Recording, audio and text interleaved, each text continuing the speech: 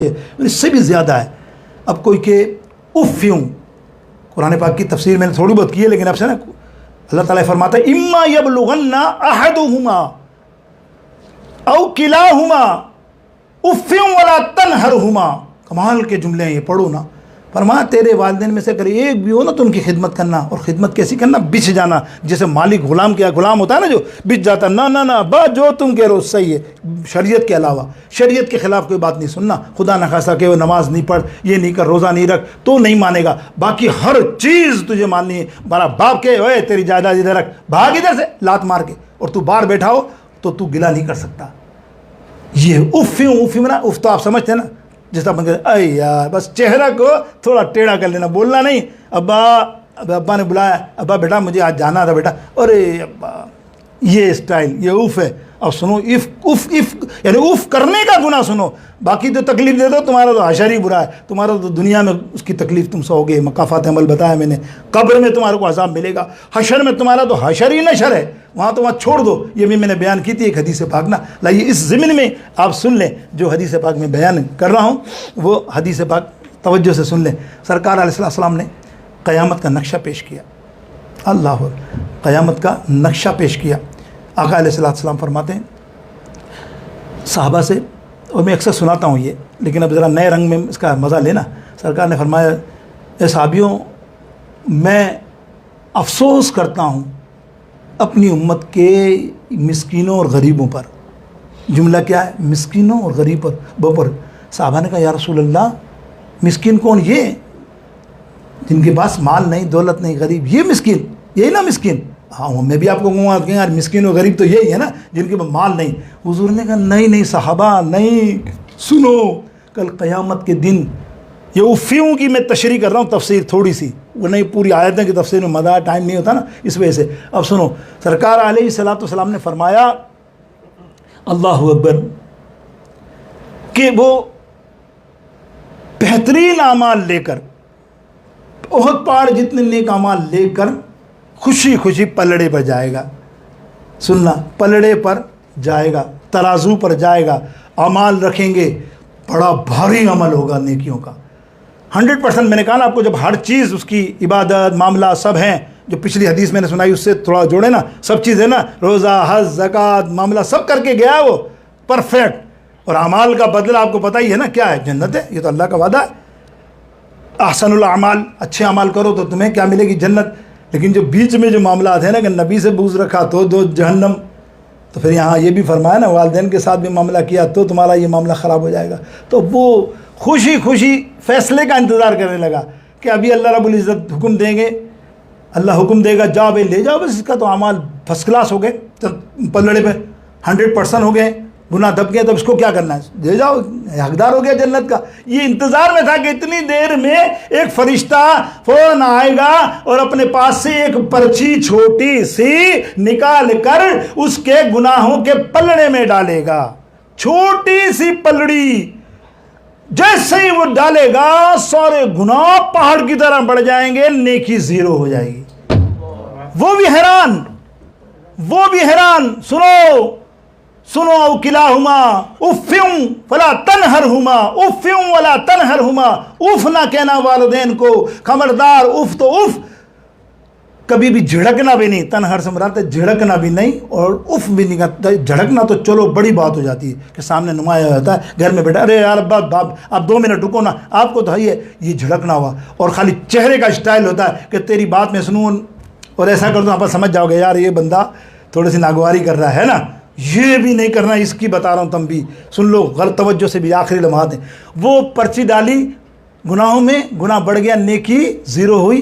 अब वो हैरान है, कह रहा फरिश्तों ये क्या मामला हुआ? एक छोटी सी पर्ची ने मेरे गुनाह इतने बढ़ा दिए, ऐसा कौन सा मैंने गुनाह किया है जिससे मेरी नेकियां धुल गई?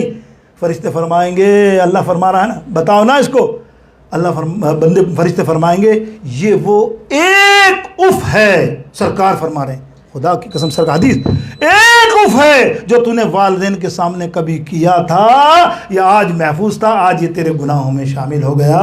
अल्लाह फरमाया ले जाओ जहन्नम के अंदर, इसको न रोको, इस कदर मामला होगा।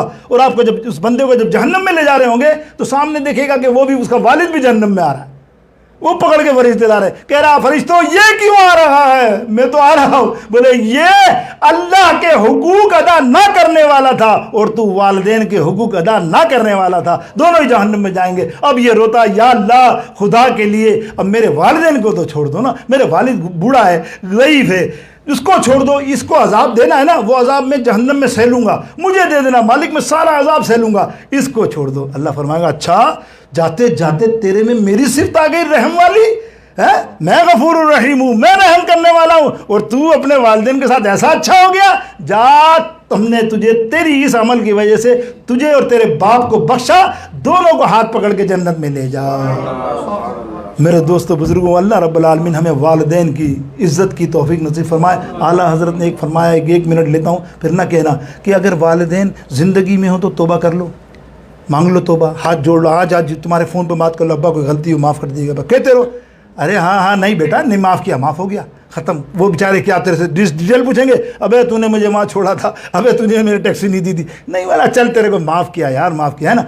और अगर इत्तेफाक है जिनके माँ बाप मर गए, मेरे जैसे सब बहुत सारे बेटे हैं, 25-30 तो बेटे हैं जिनके माँ बाप मर ही गए, तो वो क्या करे, बड़ा ख़तरनाक मामला है।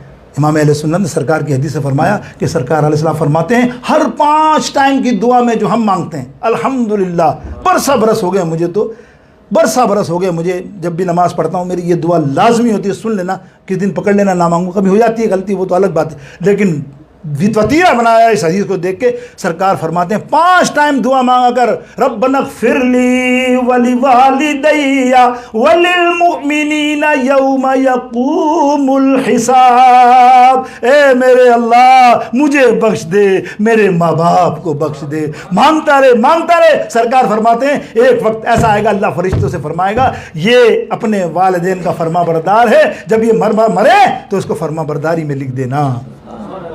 अंदाज़ा किया आपको, उसको क्या लिख देना, फरमा बरदारी में लिख देना। और फिर आला हज़रत फरमाते हैं जो हर जुमे अपने माँ बाप की कब्र पे जाता है, जो कब्र पे जाता है दुआ मांगता है, हर जुमे मांगता है, जाता रहे, एक जुम्मा ऐसा आएगा अल्लाह फरमाएगा फरिश्तों से ये पक्का फरमा बरदार हो गया। हालांकि की होगी, कौन ऐसा आदमी बताए ना जिसने नहीं की होगी, वालिदैन से बचपन में बड़ों में हो जाती है, लेकिन ये हल बता दिया, इस तरह करो, हर साल बरसी किया करो, हर साल ईसाले सवाब पहुँचाओ, वालिदैन इंतज़ार करते हैं। मेरे दोस्तों बुजुर्गों, एक वक्त 1 मिनट और लूँ कहो तो सुभान अल्लाह। ये तो चलते चलते आइए, मैंने बंद कर दिया था मामला, चैप्टर क्लोज कर दिया था, लगता है कि तुम्हारी दिलचस्पी है तो कहो सुभान अल्लाह। माँ बाप को चाहने वाले हो तो सुनो, मैंने कहा था माँ बाप कितने कीमती हैं, सुनो अब कीमती, कब्र में जाने के बाद भी कीमती।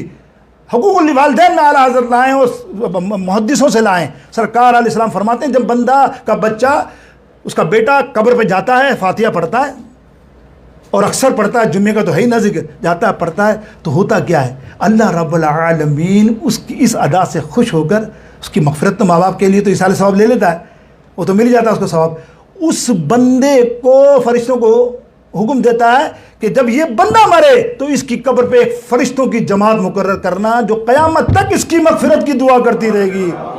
यार तो ये किसके सदक़े तुमको मिल रहा है, वालिदैन के ना, कि वालिदैन की कब्र पे जाते हो तो तुम्हें ये सवाब मिलता है। वालिदैन जानते हैं कौन आता है कौन नहीं आता, याद रखिए कब्र वालों को पता होता है। अल्लाह रब्बुल आलमीन मुझे और सबको नेक अमाल की और ख़ुसूसी तौर पर वालिदैन की इज़्ज़त और अदब की तौफ़ीक़ नसीब फरमाए। व आखिर दाअवाना अल्हम्दुलिल्लाहि रब्बिल आलमीन। सुन्नत अदा कर लीजिए।